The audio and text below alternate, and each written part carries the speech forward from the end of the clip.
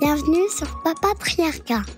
Je suis Cédric Rostin, votre hôte, et je suis ravi de vous accueillir dans ce podcast pour parler ensemble de parentalité, d'éducation, de promotion des droits de l'enfant tout en s'affranchissant du modèle patriarcal.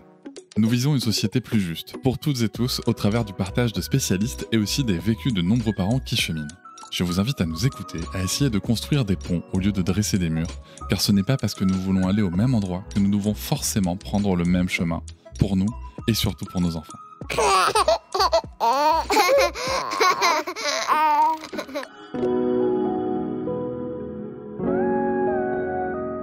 Et si on prenait le temps de réfléchir à la manière dont notre regard sur l'enfance façonne profondément notre société ? Et si, en osant changer d'angle, nous étions capables de bouleverser nos habitudes éducatives, de remettre en cause des schémas enracinés et d'offrir à nos enfants un espace où leurs voix, leurs besoins et leur consentement sont enfin reconnus ?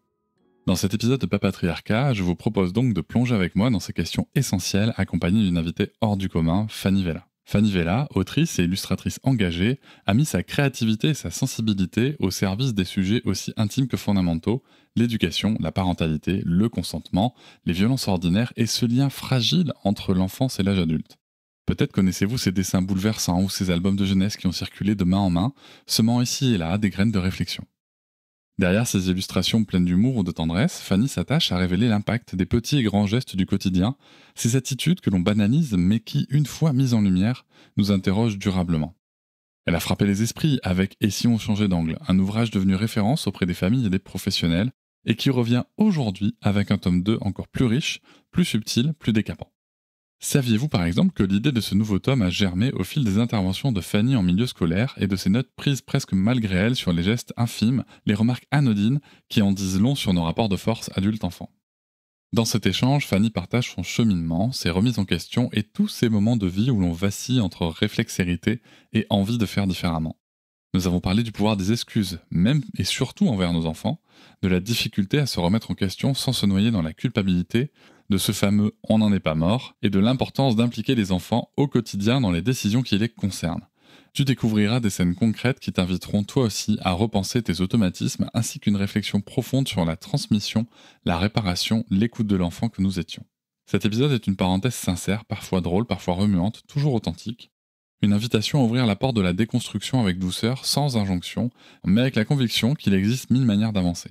Reste jusqu'au bout, que tu sois parent, éducateur, éducatrice ou simplement concerné par l'avenir des enfants. Tu trouveras ici de l'inspiration, des idées concrètes et je l'espère la motivation de changer, ne serait-ce qu'un angle, pour construire ensemble une société plus juste. Tu vas adorer cet épisode. N'hésite pas à t'abonner au podcast, à laisser une note avec un max d'étoiles et à commenter partout où c'est possible, comme sur Apple Podcast et Spotify, là-bas je peux même te répondre. On se retrouve aussi sur les réseaux sociaux comme Instagram, Facebook, TikTok et LinkedIn. Tu peux aussi réagir en laissant un audio sur l'outil SpeakPipe, même depuis ton téléphone. Le lien est en description. Et si tu souhaites soutenir financièrement le podcast pour l'aider à se développer, tu peux t'abonner à Papatriarcat Plus pour écouter les épisodes sans pub en avance et avoir accès à plus de 80 bonus. Le lien est aussi en description. Allez, on y va tout de suite avec ma première question. Fanny, tu avais déjà sorti un premier tome de « Et si on changeait d'angle ?» Et là, tu reviens avec un tome 2. Alors ma première question, c'est... Tu avais déjà frappé fort avec ce tome 1. Pourquoi revenir avec un tome 2 ? Est-ce que tu as l'impression qu'il restait des choses à dire ou qu'on n'avait pas tout compris ? Je te souhaite une bonne écoute. Je ne voulais pas faire de tome 2. Vraiment, c'était... Ma maison d'édition, gentiment, me proposait tous les 6 mois de faire un tome 2 et vraiment, je ne voulais pas. Pour plein de raisons, mais surtout parce que je me disais, c'est bon, du moment où on a enfilé, je vais reprendre cette image d'enfiler ces grosses lunettes, tu sais, les lunettes du féminisme, les lunettes de la transition, mais aussi les lunettes notamment du changement d'angle. Je me disais, quand on a compris ça, c'est bon, on peut l'appliquer à tout. Sauf que le tome 1, qui est un tome que j'affectionne énormément, finalement, il allait vraiment sur les scènes les plus grossières de notre accompagnement des enfants. Et sur le tome 2, je me suis rendu compte parce que j'ai pas juste accepté de faire un tome 2 en me disant bon allez on s'y met, de quoi je vais parler. Ça fait comme des années que mine de rien je prenais des petites notes en me disant on sait jamais, mais je pensais plus type je compléterai en postant des images sur les réseaux, on n'a pas besoin d'en refaire un livre. Comme d'hab, en fait j'ai rouvert mes notes et je me suis rendu compte que j'avais 150 scénarios, donc je me suis dit peut-être qu'on peut faire un livre. Et surtout c'était que des scènes qui étaient plus subtiles, plus insidieuses, mais tout aussi marquantes en fait pour le développement d'un enfant. Et je me suis dit que ça me plairait bien de pouvoir compléter en fait le tome 1 qui du coup finalement était à l'image aussi de la personne que j'étais à l'époque, c'est-à-dire une maman de très jeunes enfants. Mes enfants, qui sont encore relativement jeunes, ont grandi. Ils ont mis en exergue d'autres problématiques, on va dire, qu'elles leur soient directement liées ou à leurs camarades. Je suis pas mal intervenue dans des écoles, donc j'ai été confrontée en fait à des témoignages d'enfants, mais aussi d'enseignants, d'enseignantes, de parents. Et du coup, d'un seul coup, j'avais tout un panel de nouvelles idées qui arrivaient et qui, à mon sens, étaient assez intéressantes pour terminer dans un livre. Donc, je m'y suis remise. Ah oui, c'est bien. Ça veut dire là, tu prévois combien de dessins en plus Il y aura plus de scènes que dans le tome 1. Ok. Parce que, au final, oulala, ça va, on va sortir l'épisode pas longtemps avant la sortie parce que là, c'est vraiment de l'exclu. En gros, dans le premier tome, je crois que j'avais peut-être même pas 30 scènes, quelque chose comme ça. Et j'avais une BD à la fin qui faisait une 30aine de pages qui montrait toute une scène de vie au sein d'une famille. Et là, pour ce livre-là, je crois qu'on est plutôt sur 60 scènes. Ah oui. Donc, en fait, on double le nombre de scènes qu'il y avait initialement, toujours avec des suggestions de reformulation à côté, parce que le but, c'est pas de laisser les gens juste constater que peut-être ce qu'ils disent, ce qu'ils font n'est pas, j'ai pas envie de dire n'est pas bien, parce qu'en fait, qui suis-je pour juger? Mais en tout cas, on peut faire autrement et je peux suggérer une autre façon d'amener la même chose. C'est toujours cet exemple que j'aime on va pas laisser un enfant de 2 ans traverser tout seul. Mais par contre, entre l'attraper par le bras, le tirer en lui disant t'écoutes et le se mettre à sa hauteur et lui expliquer pourquoi c'est nécessaire qu'on lui tienne la main, le résultat est le même, on traverse la route ensemble, mais il y a un rapport de force où il y a une mise à hauteur de l'enfant. Je vais citer Marion Quierc parce que c'est vraiment sa façon de présenter les choses sur la mise à la hauteur des enfants. Et je termine le livre, et c'est là où c'est de l'exclu, par des scènes qui sont sur d'autres formes d'abus. Donc, je fais des scènes autour de d'autres types, de l'homophobie, la transphobie, le sexisme, le racisme. Je m'entoure en fait de gens qui sont concernés parce que c'est toujours difficile de présenter un sujet sur lequel on n'a éprouvé aucune expérience personnelle. Mais j'avais quand même envie de me dire, je veux pas en faire un livre total sur ces autres formes-là d'abus, mais par contre, je trouvais que c'était intéressant de les placer aussi, parce que quand on change d'angle sur ce rapport de force-là, adulte-enfant, et en fait, dans la continuité, on peut aussi changer de regard sur d'autres formes de rapports de force, et qui soient raciaux, qui soient de genre, qui soient Oui, complètement. Moi, je suis tout à fait d'accord avec ça. Hein.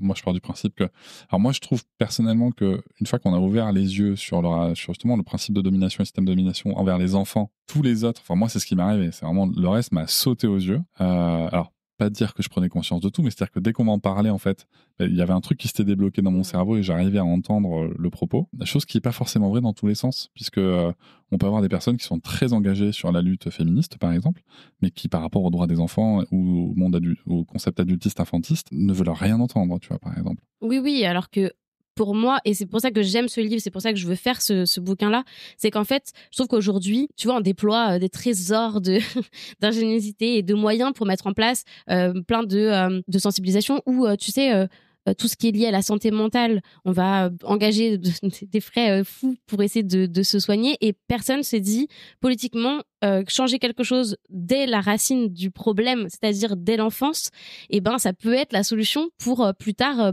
créer une société qui est plus malade. Je veux dire, personne ne va s'offusquer si je dis qu'aujourd'hui la société elle est malade parce que le taux de dépression de notre génération il est à un pic effroyable, et on peut plus se cacher derrière on n'en est pas mort quand tout le monde ou une grande majorité de gens sont obligés de soigner mentalement ou de tomber dans un déni si fort qui fait du mal à tout leur entourage, quoi. Et qu'il y a des gens qui en meurent. Et qu'il y a des gens qui en meurent. C'est pas dire on n'en est pas mort, en fait, c'est juste pas vrai. À l'échelle de la population générale, il y a des gens qui en meurent, que ce soit quand ils sont enfants, que ce soit plus tard, avec un état dépressif qui n'est pas accompagné, qui n'est pas soigné, etc. Donc, mais parce que la mort, si elle n'est pas violente et subite et immédiate, les gens, elle prend pas la même... c'est ça, elle n'a pas la même valeur. Alors que oui, la mort, c'est du coup les blessures qui du coup gangrènent et peuvent entraîner plus tard du coup ce truc d'abandon total de soi. Ben oui. Et qui peut... Mais voilà, si tu... Et puis c'est quoi la mort aussi, si tu veux, c'est que si on se retrouve à être une espèce de coquille vide qui n'est là que pour obéir, qui n'est plus capable de se connecter à ses émotions, à ses besoins, est-ce que c'est vraiment la vie qu'on a envie de vivre et qu'on a envie d'offrir à nos enfants? Ah ouais, c'est ça. C'est une grande question. Pour revenir à ces illustrations, si tu devais choisir une page ou une illustration de ce nouveau tome qui, selon toi, résume tout le propos du livre, ce serait laquelle? Et pourquoi elle en particulier? Ah, c'est dur. Il y en a pas qui peuvent résumer tout le propos, mais la toute première que j'ai dessinée au moment où je me suis décidée à faire le livre, c'était une scène où on voit des adultes qui viennent de rentrer dans un jogging ou en tout cas une séance de sport, du coup bien pleine de transpiration. Et donc ces 4 adultes, et quand ils rentrent, on leur suggère en fait d'aller tous à la douche, ça ira plus vite s'ils passent tous ensemble. Et pour moi, cette illustration, elle résume bien le livre dans le sens où elle est drôle, parce qu'en fait c'est assez drôle de constater, enfin d'avoir sous les yeux cette scène là d'adultes qui se regardent en mode non mais moi je veux pas prendre ma douche avec les autres, c'est vraiment pas possible. Et pour autant, elle est hyper équivoque parce que ce truc là des douches partagées, des toilettes ouvertes où tout le monde fait pipi les uns à côté des autres, du change de l'enfant, tu sais. Moi, ça me mettait hyper mal à l'aise quand je changeais mes enfants et que t'avais des adultes qui rentraient dans la pièce et qui venaient faire gousi. T'es là genre, mais ok, mon enfant est un bébé, je pense vraiment que ça lui est égal que tout le monde rentre et le regard se faire changer, mais par principe, moi, ça me mettait hyper mal à l'aise et j'avais envie qu'on demande l'autorisation à mon enfant ou à moi si c'était ok pour ça. Les bains partagés où tous les adultes rentrent dans la pièce, touchent l'eau, alors tu t'amuses bien, machin. Tout ça, moi, ça me met hyper mal à l'aise. Je transfère complètement le malaise de peut-être que moi j'ai toléré enfant, enfin toléré.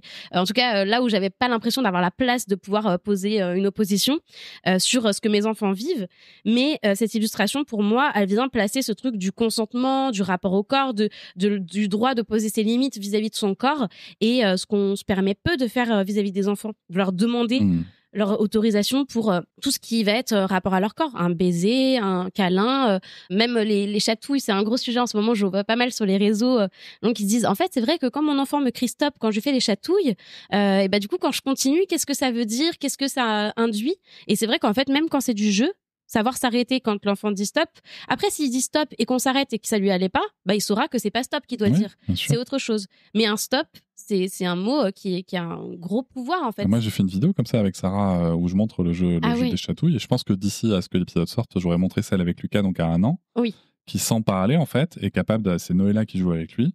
Il est capable de signer encore, donc il est capable de dire encore. Et à un moment, il dit non, stop. Tu vois, avec son doigt. Et il me dit, même à 12 mois, si tu veux, on peut instaurer ce côté, non, en fait, là c'est oui, là c'est non, et le consentement, je peux le reprendre et le redonner, etc. Et je pense qu'en effet, c'est quelque chose qu'il faut qu'on questionne, tu vois. Ouais, complètement. Et je trouve ça hyper intéressant, la scène de la douche, parce que en effet, moi, ce que je trouve de très intéressant, c'est que à partir de l'adolescence et pour les adultes, on est capable, même dans les vestiaires sportifs, etc., d'avoir des cabines individuelles pour les personnes que ça dérange, mais que les jeunes enfants, encore une fois, on va pas leur demander leur avis. C'est allez hop, tout le monde à la douche. Et après, j'entends le côté pratique, si tu veux. Mais en fait, non. Mais pourquoi ça serait pas pratique de le faire nous, entre adultes? Enfin, tu vois, du coup, si on trouve pratique pour les enfants, sachant qu'ils utilisent moins d'eau que nous, en plus. Je me dis. Puis en plus, c'est des efforts, si tu veux. Et puis, c'est même pas forcément compliqué à installer. Parce que ça peut être juste une paroi, tu vois, une paroi amovible, en fait, qu'on peut rajouter même dans une douche commune. Enfin, voilà. Il y a beaucoup de solutions qui existent. Mais on fait juste pas l'effort, en fait. Non, mais c'est ça. Mais je sais pas. En plus, on peut pas dire que les adultes qui font ça n'aiment pas leurs enfants, mais c'est la société qui te conduit à leur donner moins d'importance. Moi, je me rappelle de douches qu'on me donnait en vitesse froide parce qu'il y avait plus d'eau chaude. Et je entends les adultes qui m'entouraient, qui étaient des adultes qui m'aimaient, qui disaient « Ah, mais là, c'est bon, dans 2 secondes, ça sera oublié. » Et je me dis « Mais je pense que jamais ils n'auraient toléré, eux, de prendre cette douche à cette température-là. » Mais parce que t'es un enfant, et en plus, on t'a tellement appris à tenir bien, à être sage, de ne pas te plaindre et tout, que du coup, en fait, tu dis rien et tout le monde te dit « tu vois, elle en est pas morte. » Non, mais c'est vrai, c'est vrai. Et puis après, encore une fois, elle en est pas morte. On va peut-être y revenir, mais est-ce que notre seule visée de parents et d'adultes, c'est la survie des enfants? On est bien d'accord que non. Ton livre, il provoque des réactions fortes. Je vais te demander celles qui t'ont marqué le plus, qu'elles soient positives ou négatives, ou agréables ou désagréables. Certaines personnes, elles se sentent reconnues, d'autres rejetées, d'autres se remettent en question, mais d'autres t'accusent aussi, très clairement, de culpabiliser les parents. Comment t'accueilles tout ça? Très bien. Ça va, je me fais insulter sur les réseaux, c'est parfait. Vraiment, j'adore. Non, pas mal en tout cas. Ouais. Moi, je trouve très rapidement, alors que j'étais une toute petite chose quand j'ai commencé les réseaux sociaux et puis avec pas une grande confiance en moi, j'ai jamais mal pris dans le sens où je savais que mes intentions derrière, c'était des bonnes intentions et peut-être que elles étaient principalement bonnes pour les enfants, mais comme ils n'ont pas la parole, et ça m'allait en fait de prendre les coups pour essayer de prendre leur défense sur du coup les réseaux sociaux, vu que normalement ils n'y ont pas accès. Donc ça me dérangeait pas. Après, j'ai remarqué quand même que souvent les gens qui étaient culpabilisés, c'était souvent des gens qui n'avaient pas lu le propos dans son intégralité. Et parfois des choses étaient un peu isolées. C'est vrai que parfois sur un dessin, on a besoin de lire la légende pour comprendre l'ironie de ce qui est présenté. Parfois, quand on montre un extrait d'un livre, on n'a pas la page qui accompagne à côté. Enfin, il y a tous ces trucs-là où parfois, je pense qu'on pouvait passer à côté du message et que le sujet étant quelque chose de très violent, c'est-à-dire remettre en question l'éducation qu'on donne à ses enfants, mais aussi l'éducation qu'on a reçue, ce qui n'est pas prêt à être accepté par tout le monde, parce que le travail d'introspection, de remise en question, comme sincèrement, franchement, quand on remet en question l'éducation qu'on a reçue, on passe nécessairement par une phase de colère vis-à-vis de nos parents. Parce qu'en fait, d'un seul coup, on se rend compte qu'il y avait d'autres moyens de faire, mais qui n'étaient pas à leur portée parce que pas l'information. Ça, on le comprend après quand la colère est passée. Mais je comprends qu'on n'ait pas forcément le temps, la disponibilité, le mental pour se dire, OK, j'entre dans cette introspection qui va remuer tellement de choses que peut-être même à un moment donné, je vais vouloir m'éloigner un petit peu de ma famille parce que ça vient embrasser des trucs trop douloureux. Donc ça, je l'entends. Mais du coup, c'est pas de mon ressort en fait, ce à quoi ils sont prêts ou pas à se confronter. Pour moi, c'est comme quand on va parler de ce qui se passe à Gaza. Oui, bon, je mets les pieds carrément dans le gros plat, et que les gens vont venir nous dire super, merci, moi je vais pas bien moralement, et être confronté de force à ces images-là, c'est super violent. Mais je me dis, mais en fait, tout ça existe. En fait, désolé, mais peu importe en fait que tu puisses le tolérer ou pas, parce qu'en fait c'est intolérable, et encore heureux que ça te mette mal. On devrait tous être super mal. Et pour moi c'est pareil en fait. Genre si ça vient brasser quelque chose de difficile, de douloureux, ce n'est pas du ressort de la personne qui vient informer, qui vient vulgariser, ce qui est mon travail de vulgarisation. C'est pas de ma faute en fait en soi. Il y a quelque chose qui se joue, qui est très personnel. Après, pour te dire ce qui m'a le plus marqué dans, on va dire, la visibilité de ce livre sur les réseaux, j'ai fait une vidéo Combini il y a quelques années, je pense que c'était en 2022 peut-être. Et alors, je vais mettre tout un contexte autour de cette vidéo. En fait, il faut savoir que je venais d'avoir mon deuxième bébé, et j'étais en postpartum fort. Il avait peut-être 2-3 mois à ce moment-là, donc vraiment tout petit bébé. Et je pars à Paris, je l'allaite, je pars à Paris sans lui. Donc j'arrivais pas à tirer mon lait. Bref, j'ai mal partout parce que j'allaite et que je ne peux pas allaiter mon bébé à ce moment-là. Je pars, je n'ai pas dormi de la nuit. Je pense arriver dans les studios de Combini, que on va me pimper un peu, me briefer, machin, etc. J'ai mon mommy brain à gogo. Donc ce truc là où vraiment toute notre pensée s'évapore, on n'arrive plus à trouver nos mots, on commence un truc, on sait plus où le finir. C'est normal, ça doit arriver après la grossesse, mais on en est peu informée. À cette époque-là, je ne savais pas ce que c'était. Et bref, je vais à cette interview. J'ai la journaliste en face, j'arrive dans une pièce noire, on m'installe, et comment ça commence? Je sors du train, je sais pas du tout où je suis, ce que je dois dire, ce que je dois faire, est-ce que ça va, ma tête et compagnie. Elle me dit, c'est bon, et elle démarre direct. Et comme je suis une petite fille très polie, je n'ose jamais dire, est-ce qu'on peut reprendre cette question, j'ai mal répondu, etc. Et en fait, je vois la vidéo, et je me dis, c'est horrible. Ce que je dis est d'une bêtise sans nom. Enfin, vraiment, ça n'a aucun intérêt. À l'époque, je me sentais pas du tout légitime. J'avais l'impression qu'on me donnait une casquette d'experte alors que je l'étais pas. Sauf que du coup, je me disais, il faut que j'utilise des bons mots, des bons termes. Il faut que je lise, il faut que je comprenne, il faut que j'ai l'air d'une experte. Et à ce moment-là, je m'écoute et je balance que des phrases bateaux, que des trucs comme ça. Et je me dis, je ne me supporte pas. C'est nul ce que j'ai fait. J'ai pas fait honneur au sujet. C'est trop important. J'ai tout gâché. J'espère que personne ne verra jamais cette vidéo. Bon, évidemment. Elle a été énormément vue, énormément commentée, énormément relayée. Et en fait, finalement, avec le recul, je me dis, mais heureusement que ça s'est passé comme ça. Parce que, en étant un peu moins intelligible que peut-être j'aurais pu l'être à d'autres moments, en faisant des phrases plus simples, en n'essayant pas de m'expertiser sur un niveau que j'ai pas, je me suis mis à la portée de plein de gens qui ne connaissaient pas le sujet. Et qui, à travers mes mots tout bêtes et tout simples, se sont dit, oula, ce truc-là, je le comprends. Je suis d'accord ou je suis pas d'accord, mais en tout cas, ça a ouvert des brèches. Et à travers la colère de certaines personnes, je voyais cette première phase, tu sais, de déconstruction. D'abord, t'es dans le déni, d'abord, tu le combats. Mais en tout cas, il y avait plus le niveau d'ignorance, d'ignorance dans le sens où les gens t'ignorent, tu sais, auquel j'avais pu me confronter sur le sujet avant. Là, les gens, ils étaient touchés par ce que je disais, mais tu sais, vraiment, dans leur trip, ça leur plaisait pas, ou au contraire, ça leur d'un seul coup, ils se disaient waouh, ok, trop bien, une nouvelle façon de voir les choses. Et je me suis dit, mais moi qui ai détesté faire cette vidéo, qui ai détesté faire cette interview, au final, ce qu'on est ressorti, c'était une mise à la portée des gens qui étaient pas du tout dans cette thématique. Et c'est ce que je fais avec mon travail, je ne suis pas une experte, je n'ai pas fait d'études de neurosciences et tout ça. Ce que je fais, moi, c'est essayer de mettre aux gens un premier pied dans l'étrier de cette déconstruction de notre rapport avec les enfants. Et en fait, finalement, j'en suis très fière. Là où je me sentais pas légitime, je me dis, mais cette place que j'ai, qui est une place modeste, d'une modeste personne et une modeste maman qui veut poser un autre regard sur l'éducation, je trouve cool parce que je suis au même niveau que mes lecteurs et lectrices au final. Et ensemble, je dis, venez, on réfléchit tous ensemble à comment on pourrait faire autrement. Donc, des répercussions négatives qui sont transformées en quelque chose de très positif sur mon regard sur moi-même, sur mon regard sur mon travail et sur finalement la nécessité de ce travail, à mon sens.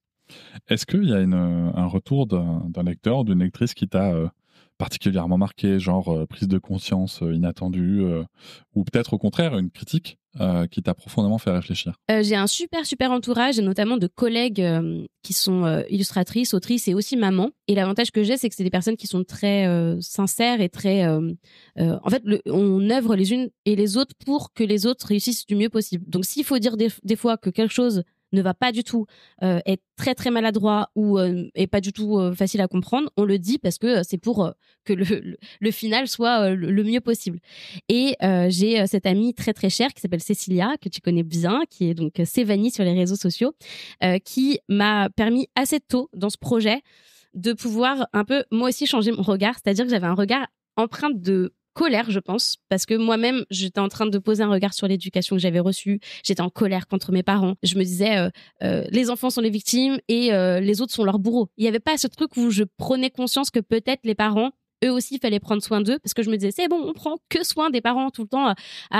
Attention, les enfants, faites des gosses qui disaient, les pauvres, ils sont épuisés avec leurs marmots, leurs gamins, leurs mioches et les machins. Et du coup, je me disais, mais qui prend la parole pour les enfants?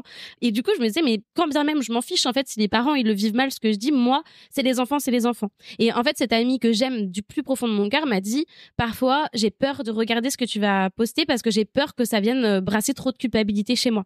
Elle dit, je dis pas que je suis pas d'accord avec ce que tu fais, mais ma vie est trop compliquée. Je suis épuisée et parfois me confronter à ce que je fais de mal, ça peut peut-être faire plus de mal que de bien. Et donc, j'ai réajusté les choses pour prendre les gens par la main, moins leur dire attention si vous faites ça, c'est pas bien, mais plus leur dire je sais, on essaie vraiment tous de faire du mieux qu'on peut, et moi la première, je comprends ce qui peut se jouer, et moi vraiment j'essaye de venir et d'essayer de vous suggérer des choses, mais vraiment je comprends, prenez votre temps pour le faire à votre rythme. Et moi quand j'ai sa validation à elle, je me dis c'est tout bénef, parce que non seulement elle me dit les choses sincèrement, mais aussi parce que elle ressemble à un panel de gens qui peut-être ont envie de changer mais non pas la possibilité, le temps, l'espace pour mettre en place des choses tout de suite, quoi. Alors rappelons-le, Cécilia, donc Sévanie, illustratrice de talent, déjà reçue dans ce podcast, qui a aussi, j'ai eu l'honneur qu'elle illustre ma BD Papa Sapiens, et je le redis encore une fois, sans son travail acharné pour combler mon retard, cette BD n'aurait pas eu lieu. Et c'est vrai que donc c'est une maman séparée de 4 enfants aussi. C'est ça. C'est important, donc elle a un regard, elle a un certain recul là-dessus. Elle avait aussi écrit la BD Maman, Maman, Maman, qui était très importante sur la souffrance maternelle, etc. Et c'est vrai que son regard est vraiment pertinent sur ce que ça peut faire ressentir. Je trouve ça intéressant. Avec beaucoup de douceur toujours en plus. Oui. C'est ça qui est. Elle a cette approche. C'est une belle personne, quoi. Voilà. Cécilia, c'était pour toi. Ça. Elle est incroyable. Tu t'attaques quand même, du coup, dans le tome 1 et donc dans ce tome 2 aussi, à des habitudes qui sont bien ancrées. Où est-ce que tu ressens le plus de résistance aujourd'hui? Est-ce que c'est la famille, l'école, les réseaux sociaux, les politiques publiques, tout? Non, je pense que ça reste la famille. Enfin, la famille dans le sens large. Parce qu'en fait, on touche à l'émotionnel. On touche à, comme je le disais tout à l'heure, remettre en question, du coup, ce qui a été reçu, ce qui a été donné. Et en fait, il y a de la résistance parce que dès qu'on touche à ce sujet-là, les gens d'abord se braquent et ils veulent plus rien entendre. Donc, c'est à nous d'arriver en essayant d'expliquer, voilà aujourd'hui les informations qu'on a.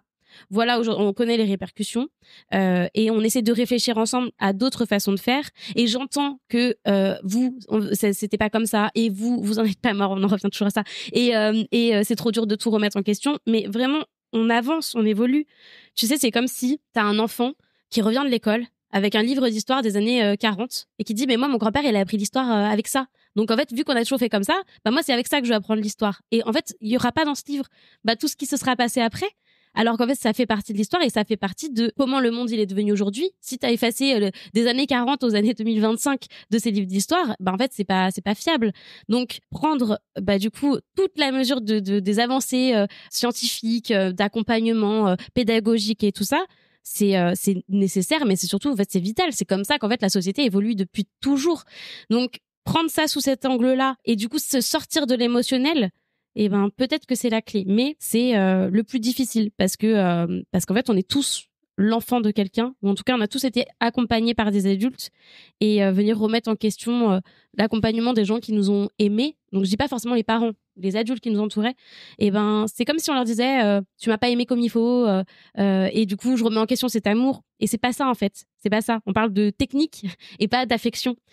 Mais c'est subtil. Et puis il y a ce côté aussi principe de loyauté envers les parents en fait, c'est le vrai amour inconditionnel, ouais. Tu vois, parce que les enfants le ressentent depuis tout petit, et il y a un vrai sujet, c'est avec l'attachement, parce que forcément il y a plein de gens qui vont te dire non mais comme tu viens très justement de le souligner, c'est qu'en fait c'est pas une histoire d'amour en fait. Alors bien entendu là on parle de la majorité des cas, on va trouver des exemples à la marge où en effet l'amour n'est pas là et où la violence n'est que la violence et il y a pas de sujet, mais dans la plupart des cas en fait c'est pas un sujet d'amour. L'amour n'est pas absolument pas à remettre en question, c'est comment est-ce qu'on exprime son amour, comment est-ce qu'on exprime sainement son amour plutôt, je devrais dire, et comment est-ce qu'on exprime l'amour dans le respect de l'autre en tant que personne.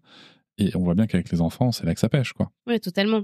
Non, mais c'est un gros sujet. Et à chaque fois, je me dis, bon, allez, c'est bon, là, je l'ai fait. On passe à une autre thématique. Et en fait, tout m'y ramène tout le temps. Parce qu'à chaque fois que je fais des livres, finalement, je vais parler de quelqu'un à l'âge adulte qui va rencontrer des difficultés. Et nécessairement, à un moment du livre, je vais parler de l'enfance pour savoir. Mais en fait, évidemment, je sais qu'il ne faut pas faire des raccourcis, que j'ai tendance souvent à dire tout vient de l'enfance. Et c'est Alexandre Astier qui, dans Bref 2, dit c'est toujours la faute des parents. Mais en fait, en soi, d'une certaine façon, oui, tout nous ramène toujours à l'enfance, à comment on s'est construit enfant et qui a généré l'adulte qu'on est devenu plus tard. Et donc, à chaque fois, même quand je fais des livres plutôt pour se distraire, c'est un peu abusé de dire ça sur les livres que je fais vu qu'ils parlent souvent de violence, mais disons qu'ils sont des fictions, voilà. Après, je me dis, ça me redonne envie de me replonger encore dans ce militantisme lié à l'éducation, parce que tout part de là et que c'est très énervant que ça soit pas pris en main par les politiques, parce que et puis après le concept de si on changeait d'angle, si je devais oser un peu, tu vois, tu parlais de Gaza. Moi, j'ai lu le livre L'empathie et politique de Sama Karaki, qui est exceptionnel. Et voilà, on peut aussi faire ça, et si on changeait d'angle, et si on arrêtait d'appeler des migrants des gens qui fuient la guerre, tu vois, enfin, il y a toute cette considération-là à avoir. Après, est-ce qu'on peut tout démonter en même temps? Ça, je pense pas. Je pense pas qu'il faut qu'on puisse tout déconstruire en même temps. Je pense qu'il y a un moment, on a quand même besoin de garder des repères et d'y aller étape par étape. Mais oui, c'est sûr que de toute façon, dès que tu vois une oppression systémique, ça renvoie quand même vachement souvent à ce qu'on a connu ou vécu étant enfant. Et à l'inverse, dès que tu vois une personne qui a une grosse estime d'elle-même ou une grosse confiance en elle, c'est aussi lié à ce qu'on lui a fourni de positif, notamment dans l'enfance. Ouais, totalement. Mais t'as vu comme c'est mal vu? Ça marche aussi dans l'autre sens. C'est mal vu d'avoir trop confiance en soi. Pour une femme. D'avoir de l'estime et tout. Oui, c'est vrai. Pour une femme. Ouais. C'est très genré aussi, ça. Oui, c'est très, très genré. Mais il y a un truc qui est presque... ouais, tu vois, ça aussi, je me dis, qu'est-ce que ça raconte sur nos sociétés de pas se permettre d'avoir de l'estime de soi. Tu le vois, on voit bien aujourd'hui avec les gens qui se plaignent. Là, il y a encore un mois, des articles qui sortent sur la Gen Z qui veut plus travailler, qui machin, qui truc. Non. Enfin, moi, je suis désolé.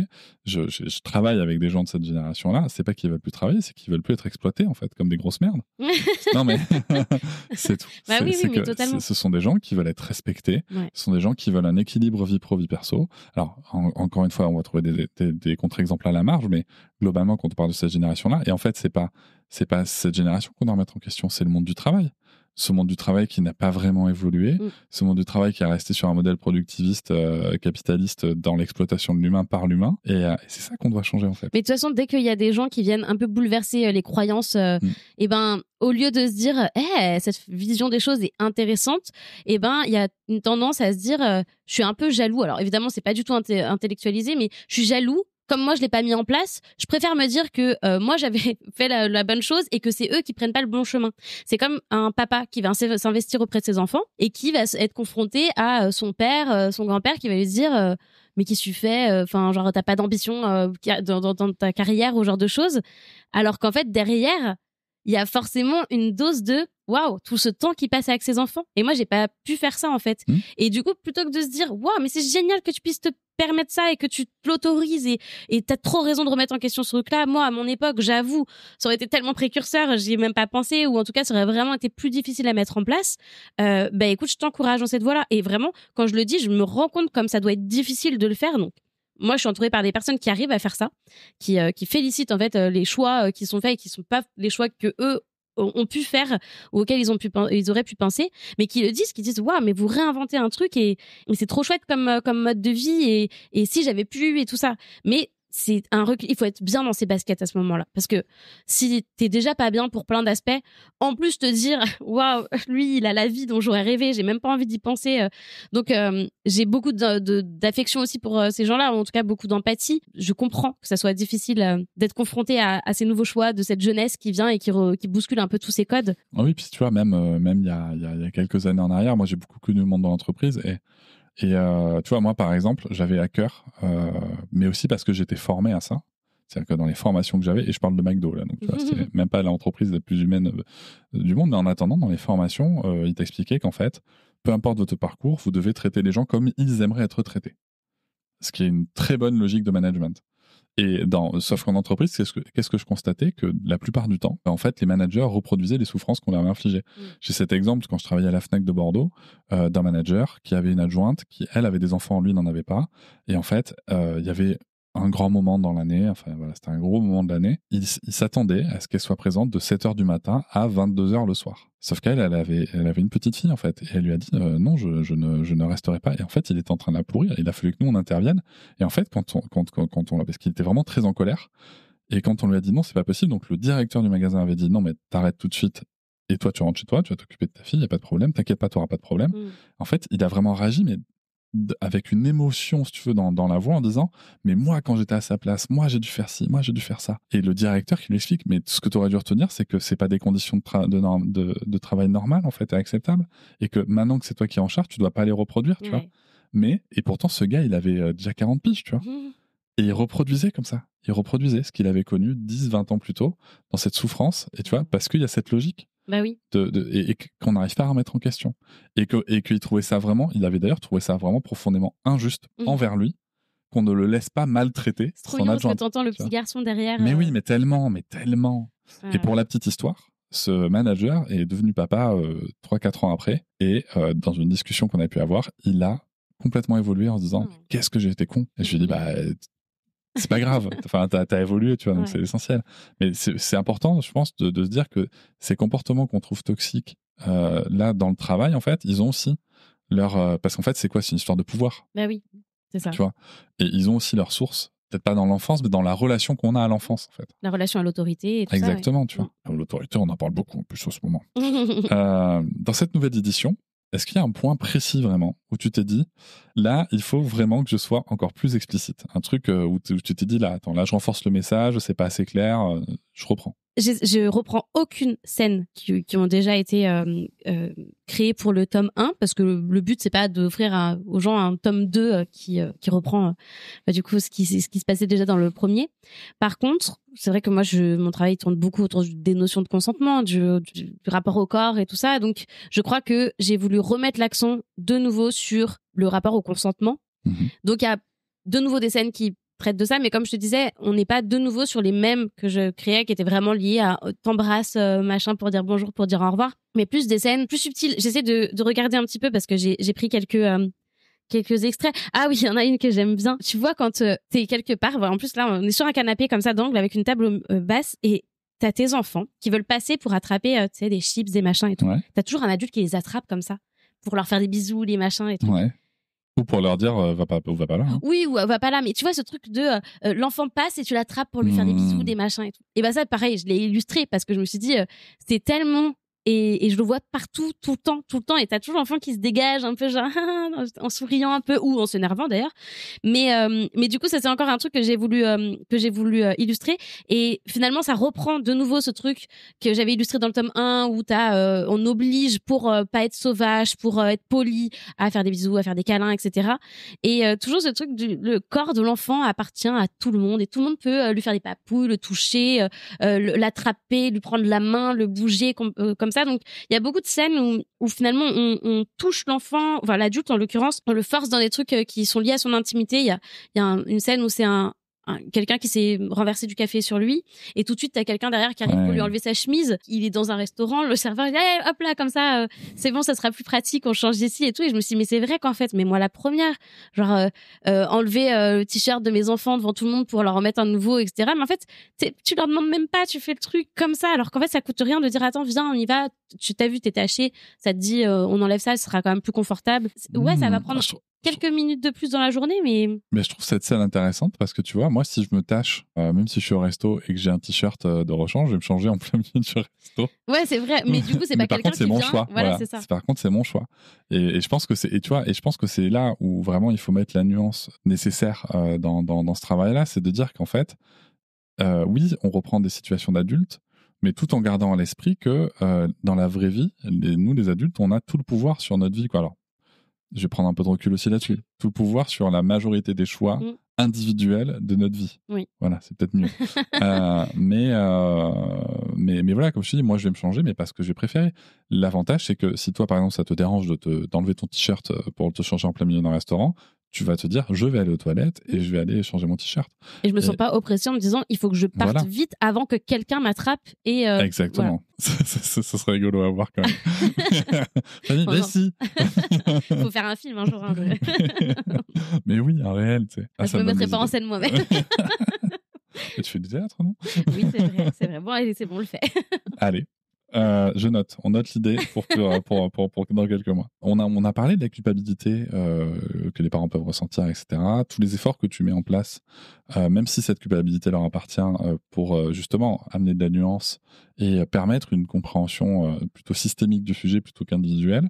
Néanmoins, quand un parent réalise en lisant ton livre qu'il ou elle a déjà fait certaines choses que tu dénonces, exposes, qu'est-ce qu'on peut faire pour pas rester bloqué dans la culpabilité et agir pour ses enfants? Parce que reconnaître un problème, c'est une chose, mais changer, évoluer, c'en est une autre. Il faut y aller petit pas par petit pas. Le but, de toute façon, d'avoir des scènes qui sont, j'espère, assez fortes pour rester s'imprégner un petit peu, c'est qu'en fait, quand on y est de nouveau soumis, ou en tout cas qu'on est déjà de nouveau confronté à ces scènes-là, on peut repenser à ce qu'on a vu et se dire « Ah, ça me saute aux yeux maintenant que, au lieu de passer par ce truc-là, je peux effectivement essayer d'échanger avec mon enfant. » Quand j'ai dessiné des scènes, des fois, je me disais « Mais punaise, c'est des trucs que carrément je peux faire en fait. » Il y en a une notamment où il y a un gars qui est à table et qui dit à la nana qui est à côté de lui, devant d'autres gens, mouche-toi, ton nez il est dégoûtant quoi. Et je me dis mais franchement moi ça m'arrive des fois de dire, alors pas comme ça, pas avec du mépris, mais ça m'arrive des fois de dire à mes enfants va te moucher devant d'autres gens. Et maintenant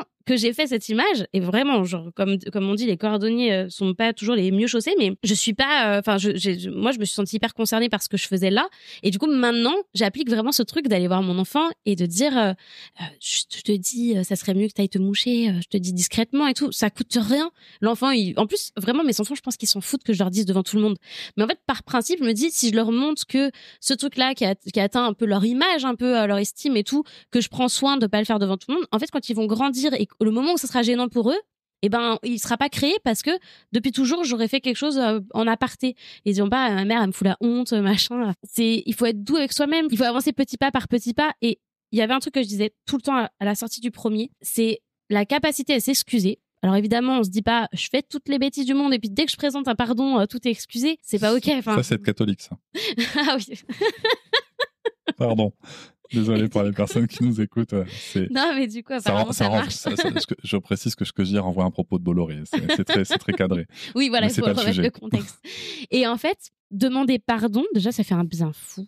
Mais vraiment, moi, je me suis réparée de tellement de choses en présentant mes excuses à mes enfants. Et en fait, je me suis juste dit, bah, j'apprends. Ils apprennent à être mes enfants et moi, j'apprends à être leur maman.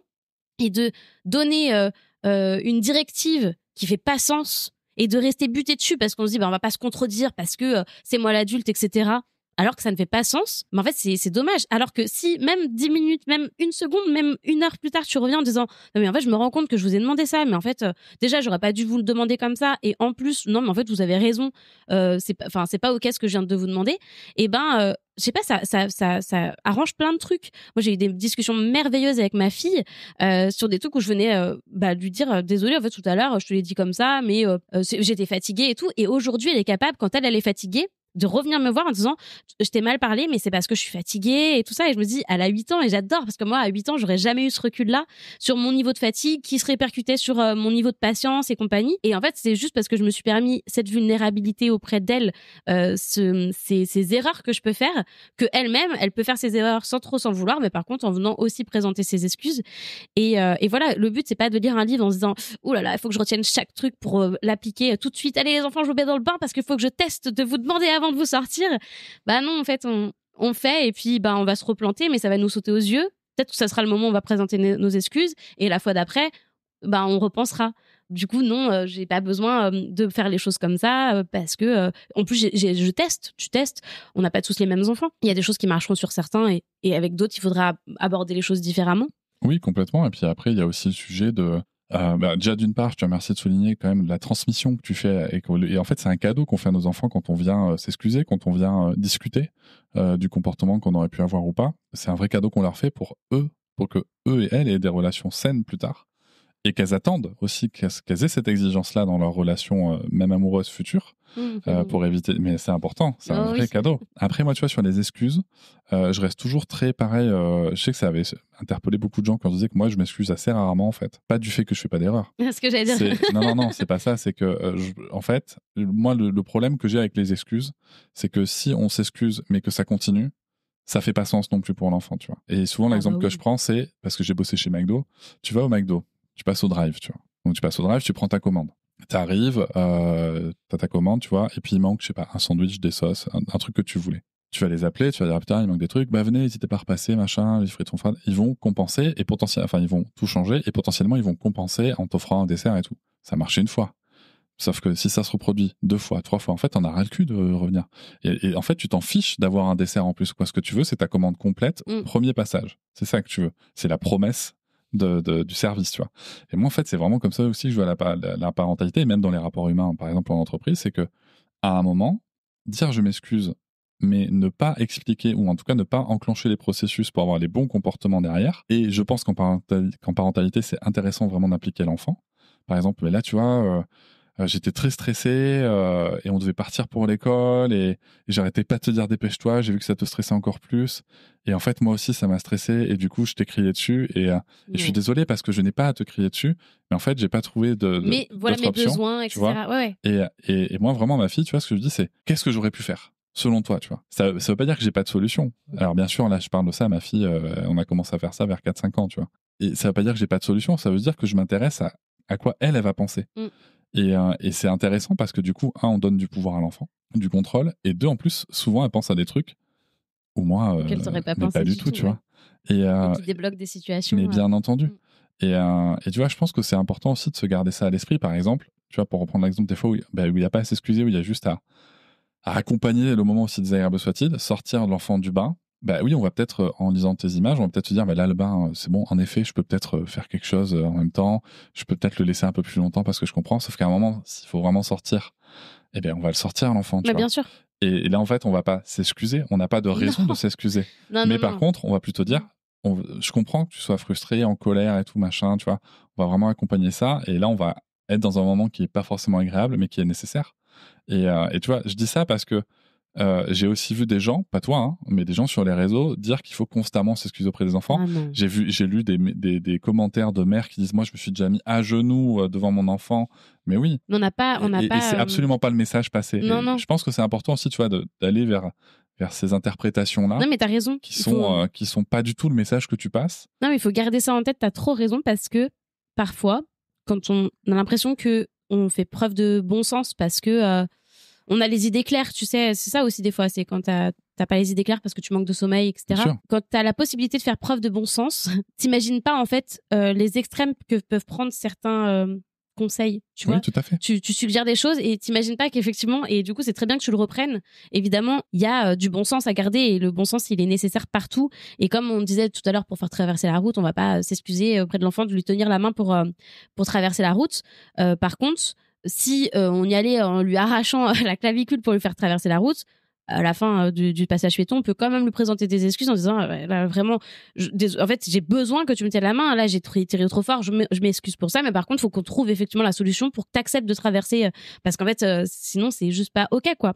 Donc effectivement, il y a toute une nuance autour de ces excuses, mais c'est toujours ce côté, on est capable de présenter des excuses à des adultes et très peu à des enfants. Ah, mais complètement. Et c'est en ça que je trouve que ça peut être un premier pas quand on n'arrive pas tout de suite à mettre en place des choses, de montrer qu'on essaye et que et impliquer l'enfant selon son âge sur. En fait, moi, j'ai besoin que quand je vous dis on part de la maison, qu'on parte. Mais du coup, ça fonctionne pas. Donc, qu'est-ce qu'on fait ? Nous, on a mis en place un système de timer qui est magique, où on sait que si tu leur dis « Allez, on sort maintenant », c'est pas possible. Il faut qu'on leur dise « Là, t'as 5 minutes. Dans 5 minutes, je veux que tu vois, tes chaussures elles soient mises et qu'on puisse partir. » Mais ça, c'est...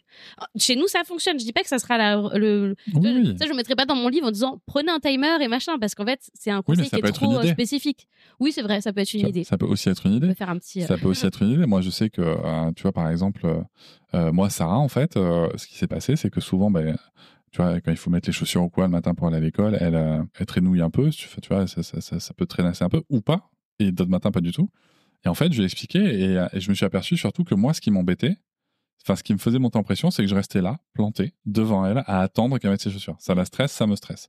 Du coup, maintenant, ce que je fais, c'est que je lui dis, écoute, je vais démarrer la voiture, je vais mettre le sac dans la voiture, et il va falloir y aller. Du coup, en fait, ça l'a déstressé. Ah oui. Moi, ça me saoule pas, parce que du coup, en fait, mine de rien, je gagne pas spécialement du temps, mais en tout cas, j'en perds pas. Et des fois, c'est aussi con que ça. Oui, c'est vrai. Et ça, en fait, c'est même pas moi qui ai pensé. Parce que tu l'as observé. Ah oui, c'est ça. Suggéré. Okay. C'est ça, quand je lui ai dit, mais là, tu vois, voilà, moi, j'ai besoin qu'on parte maintenant et tout. Enfin, je te laisse du temps pour jouer, tu vois, parce que je l'explique aussi, je laisse du temps pour jouer, du temps machin. Si au final, c'est pour qu'on soit pas dans le bon timing et tout, ça va pas le faire, tu vois. Donc, j'ai travaillé là-dessus. Et l'autre point sur lequel j'ai travaillé, c'est qu'à un moment, si elle est en retard en classe, c'est pas mon problème, en fait. Ouais. Et je pense que ça, c'est important aussi, que les enfants vivent. Moi, Sarah, il y a plusieurs fois où je lui ai dit, écoute, ma chérie, moi, là, je te dis, si on part pas dans les 5 minutes, on sera en retard, le portail risque vraiment d'être fermé et tu devras te rendre seule à ta classe. Elle n'a pas écouté une fois. Ok, elle arrive en retard, elle allait seule à sa classe, elle n'était pas très contente. Je lui dis, ok, mais t'as pris ta décision si tu veux au moment venu, tu vois. Ouais. Mais sans être moqueur ou quoi, c'est juste vraiment... mais c'est ça, c'est comment on veut tellement les préserver de l'expérience désagréable que en fait, c'est apprenant aussi de vivre cette expérience désagréable. Je parle pas de violence ou de se brûler la main sur le feu, tu vois. Mais je pense que ça, c'est une expérience intéressante, tu vois. Et il y a pas longtemps, d'ailleurs, la semaine dernière, on m'en enregistre. Pareil, je lui ai redit, je pense que là, on va être en retard. Et en fait, elle m'a dit, oui, mais là, ce matin, c'est pas grave.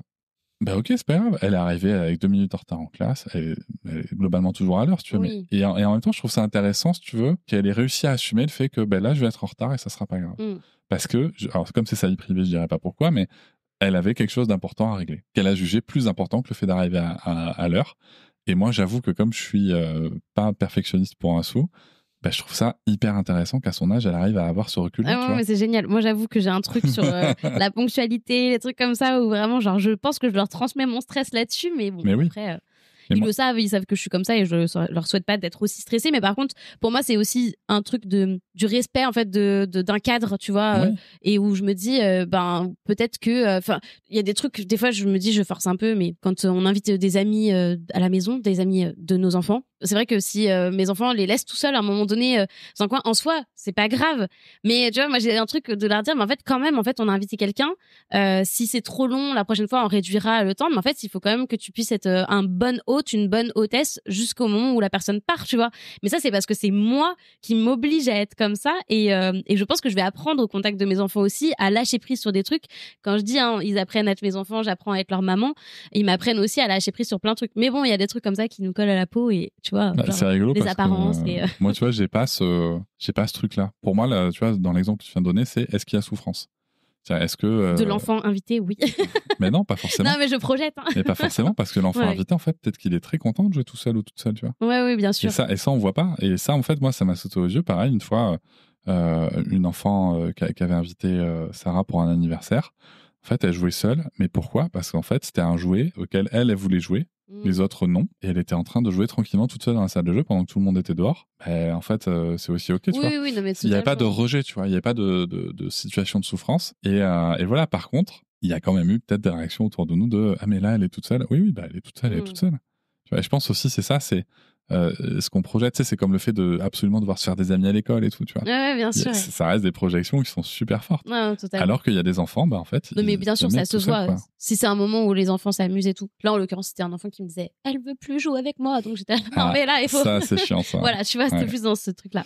Ça, c'est chiant. Mais elle avait le droit aussi. Mais il y a peut-être une raison. Ouais, après, là, par contre, je te rejoins quand même. C'est que si tu invites quelqu'un chez toi, en effet, si c'est pour lui dire dans la majorité du temps, je veux pas jouer avec toi, c'est pas ouf. Non, elle est pas comme ça, ma fille. C'était vraiment genre juste, elle avait envie de lire un livre à ce moment-là. Mais bon, je lui disais ça, tu peux le faire à un autre moment, en fait. Vraiment, profite de ton ami tant qu'il est là. Mais bon, bref, c'est pas si intéressant comme exemple, je trouve. J'aime bien, c'est pas le plus parlant. En fait, moi, je trouve ça vraiment intéressant parce que ça peut être aussi l'occasion qu'elle lui lise le livre à l'autre enfant, tu vois. Enfin, voilà, ça peut être. C'est ça. En fait, il peut y avoir plein de solutions. Moi, ce que je trouve intéressant dans cet exemple-là, c'est que c'est une situation où il y a plein de vécus possibles, selon qui on est, etc. Et où, en fait, il y a aussi plein de solutions possibles. Mais c'est bien parce que moi, ce que je trouve intéressant, c'est qu'à chaque fois qu'on se sent mal à l'aise dans notre situation parentale, ça vient quand même dire quelque chose de nous, tu vois. Ouais, complètement. Complètement. Mais comme je disais tout à l'heure, on n'a pas tous la place et la disponibilité pour s'arrêter sur cette introspection. C'est magique de le faire, mais il faut un tel espace mental pour accepter de faire ça que... Là, tu vois, nous, au moment où on enregistre, on est au mois de mars 2025. Ça fait que depuis le début de l'année que je me sens à nouveau mieux parce que le post-natal a été compliqué. Clairement, sur 2024, quand je regarde ma parentalité, je me dis merde, quoi, tu vois. Il y a plein de comportements que j'ai eu, que je voulais pas avoir. Mais j'étais épuisé, j'étais stressé, j'étais très anxieux de plein de choses. Et voilà. Donc, et depuis le début de l'année, je reprends meilleure posture et je répare et compagnie. Mais je pense aussi que ce qu'on oublie des fois, c'est que la parentalité, c'est pas un sprint. C'est un marathon. Ça va durer toute notre vie. Sauf accident de la vie, mais ça va durer toute notre vie. Et qu'en fait, c'est quelques mois, tu vois, où j'ai pas été le parent que je voulais être forcément. Et encore, je parle de peut-être la moitié du temps. Donc, tu vois, c'est pas si... En vrai, quand tu regardes les études, c'est même pas forcément impactant. Mais en fait, sur toute une vie, surtout si derrière je répare, mais ça va... C'est pas vraiment si important que ça, tu vois. Non, mais c'est ça, c'est comme quand t'es à bout, t'es épuisé. Et plutôt que de te dire, je vais faire une cure de sommeil de 48 heures, tu tiens parce que tu dis, il y a toujours des trucs à faire. Alors qu'en fait, en soi, tu penses que t'as perdu 2 jours, mais c'est 2 jours réparateurs. Mais bien sûr. Et du coup, c'est pareil sur la parentalité. Des fois, t'as besoin de pas être dans l'action avec tes enfants, c'est-à-dire pas forcément jouer avec eux, mais parce que t'as besoin de te ressourcer ailleurs. Et ces moments où tu te ressources, ça te rendra bien plus performante quand tu auras repris un peu de force que si tu tiens tous les jours. Et il y a un moment où t'as plus envie du tout et ça prendra peut-être le double de temps de te remettre, quoi. Je renvoie encore vers l'entreprise, se mettre en arrêt maladie pour 2 jours pour éviter que ça soit 3 semaines. Non, mais... T'es prêt pour un deuxième podcast sur le burn-out parce que j'en ai des choses à dire. Qu'est-ce que tu aimerais qu'un lecteur ou une lectrice fasse immédiatement après avoir refermé ton livre? Une discussion avec ses proches, un changement concret dans son attitude, qu'est-ce que tu aimerais? Sincèrement, comme je dis, c'est un truc à long terme, un livre comme ça. C'est-à-dire que tu le lis, tu le digères, tu t'es reconfronté à des situations et du coup, tu mets en place ou pas, tu tâtonnes. Peut-être que le premier truc à faire, ça peut être, si on a le temps et si on en a l'envie, c'est peut-être d'aller voir son enfant et de lui, pour une fois, peut-être, si c'est pas le cas toujours, de lui proposer en fait de prendre un peu les rênes sur quelque chose, de dire écoute, j'ai un petit truc là, si tu veux, on a une petite routine tous les jours sur les préparations. Je te propose qu'aujourd'hui, c'est toi qui me dises la routine qu'on va adopter demain sur comment tu veux qu'on se prépare le matin, est-ce que tu préfères qu'on prépare les affaires le soir, est-ce que tu veux qu'on mette en place un jeu. Et je me dis juste en fait de rendre ludique et amusant aussi ce rapport aux enfants, que ce soit pas que du mécanisme de il faut se préparer, il faut leur donner le petit déjeuner, il faut les emmener à l'école, il faut, tu vois, les devoirs, les machins, les trucs. Non, et essayer de dire en fait les enfants, ils ont peut-être des trucs à proposer, des choses auxquelles ils tiennent. Et c'est vrai que spontanément tu te dis si ton enfant tu lui dis tu veux faire quoi, ça se trouve ton enfant va te dire je veux regarder un dessin animé. Mais en vrai, si tu te poses et que tu lui demandes vraiment allez viens, ça serait quoi ta journée idéale, je pense qu'on pourrait être vraiment surpris par leur programme idéal. Et je pense que en tant que parent, on aurait une place énorme dans leur programme idéal. Tu sais, c'est ce truc-là qui est bouleversant où c'est un test où en gros il demande, alors moi ça me met les larmes aux yeux à chaque fois que je regarde ce truc, mais il demande à des parents qu'est-ce que ça serait, il demande à des gens en fait d'ailleurs, vous êtes invité au restaurant, vous pouvez inviter 3 personnalités que vous rêvez d'avoir, vous invitez qui? Et les gens disent moi j'adorerais manger avec Marilyn Monroe, avec machin, avec truc et tout, et ils posent la question aux enfants et ils disent moi je voudrais que ça soit mon papa et ma maman. T'es là genre mon Dieu. Et en fait c'est ça, tu vois, on parlait d'amour inconditionnel tout à l'heure, mais en fait vraiment, nos enfants, ils attendent que ça, passer du temps avec nous, pouvoir avoir la voix au chapitre de leur journée aussi. Et peut-être, voilà, ça pourrait être ça, mon conseil. Ça serait, peut-être je vais faire ça en rentrant à la maison, aller voir les enfants et leur dire, allez, pour demain, c'est vous qui décidez comment on met en place le programme. Et ça se trouve, dedans, on va piocher des trucs qu'on gardera parce que ça marchera trop bien, quoi. Non, mais je pense que c'est une bonne idée. Tu vois, la journée idéale, c'est une question que j'ai jamais posée à Sarah. Je pense que ça serait vraiment intéressant. Et c'est pas Disney et compagnie, hein, c'est des trucs. Non, mais en plus, le truc, c'est que je pense qu'il y aurait même pas d'écran dedans, tu vois. Et après, encore une fois. Ah non, mais Disney, moi, je pensais le parc Disney. Ah oui, non. Oui, c'est autre chose. mais moi, je pense vraiment que ça serait du temps avec maman pour jouer avec moi, avec ses amis aussi. Je pense que les amis seraient là aussi. Ça se trouve, il nous dirait un truc horrible. Il dirait un moment où t'es avec moi et non, un moment où t'es avec moi, mais où t'as pas ton téléphone. Tu vois, genre ce truc-là. Ouais, ça, je comprends ça. Bah ouais. Mais je me dis, mais posons la question aux enfants. Enfin, alors, faut pas leur demander explicitement ça, mais ça se trouve, on pourrait découvrir ce truc. C'est quoi, d'ici la sortie de l'épisode, j'aurais fait cet exercice. Ok. et on verra la réponse. Pour finir, ma chère Fanny, si tu pouvais glisser un message sous l'oreiller de tous les parents de France. Alors, je sais bien que le sujet, c'est les enfants, mais aujourd'hui, les personnes sur lesquelles on cherche un petit peu à donner de l'énergie, de la compréhension, un peu de recul, etc., c'est les parents. Donc, un message sous l'oreiller de tous les parents de France. Qu'est-ce que tu as écrit dessus ? J'avais noté un truc. J'avais noté: pour comprendre votre enfant, écoutez celui que vous avez été. Il sait ce que vous auriez aimé recevoir. Et ça, c'est vraiment le truc qui guide toute ma vie. Lorsqu'il guide mes pas. On va faire un petit Ophélie Winter. C'est en fait, je me sens hyper connectée à la petite fille que j'étais. Et je sais que moi, quand j'étais petite, j'avais écrit dans mon journal intime, en capital: je me promets solennellement que je ne serai jamais comme mes parents. Et je me dis, waouh. Et en fait, j'avais dit, n'oublie jamais. Et vraiment avec des points d'exclamation, ne jamais oublier ça. Et je crois que j'ai tenu cette promesse. Pas dans le sens ne jamais être comme mes parents, parce que je suis comme mes parents sur plein de points, mais sur le côté ne jamais oublier ce moment-là où j'étais une enfant et où j'avais envie que l'adulte que j'allais devenir n'oublie pas la colère qu'elle avait, tu vois, le ressentiment, le manque d'écoute qu'elle avait. Et c'est quelque chose, tu vois, j'ai l'impression qu'elle est toujours avec moi, cette petite fille, et qu'elle vérifie. Genre, tu sais, c'est la meilleure amie de mes enfants, en fait. Et elle vérifie pour que je leur fasse pas, que je leur refasse pas les sales coups que moi on m'a fait, ou que je me mette vraiment à les écouter comme moi j'avais envie d'être écoutée. Donc j'aime bien me dire, parce que des fois ma fille elle me demande, elle me dit si t'avais eu le même âge que moi, tu crois qu'on aurait été amis? Et je lui dis mais on aurait été les meilleurs amis de la terre. Et d'ailleurs elle est là et elle est déjà amie avec toi, quoi. Donc j'aime bien. Et puis quand on accepte de se reconnecter à cet enfant-là, c'est plus facile de mettre en place des choses avec ses enfants, parce que on se répare aussi d'une certaine façon. Et c'est beau, c'est vraiment un joli lien avec soi-même. Merci beaucoup, Fanny. Merci, Cédric. Et si on changeait d'angle, le tome 2 à retrouver chez tous vos bons libraires, toujours chez Le Duc? Oui, toujours chez Le Duc. Et puis à bientôt. Merci. Je vous remercie de m'avoir écouté. Je vous invite à vous abonner au podcast sur votre plateforme préférée et à me retrouver sur Instagram, TikTok, Facebook et sur le blog papatriarca.fr. À bientôt.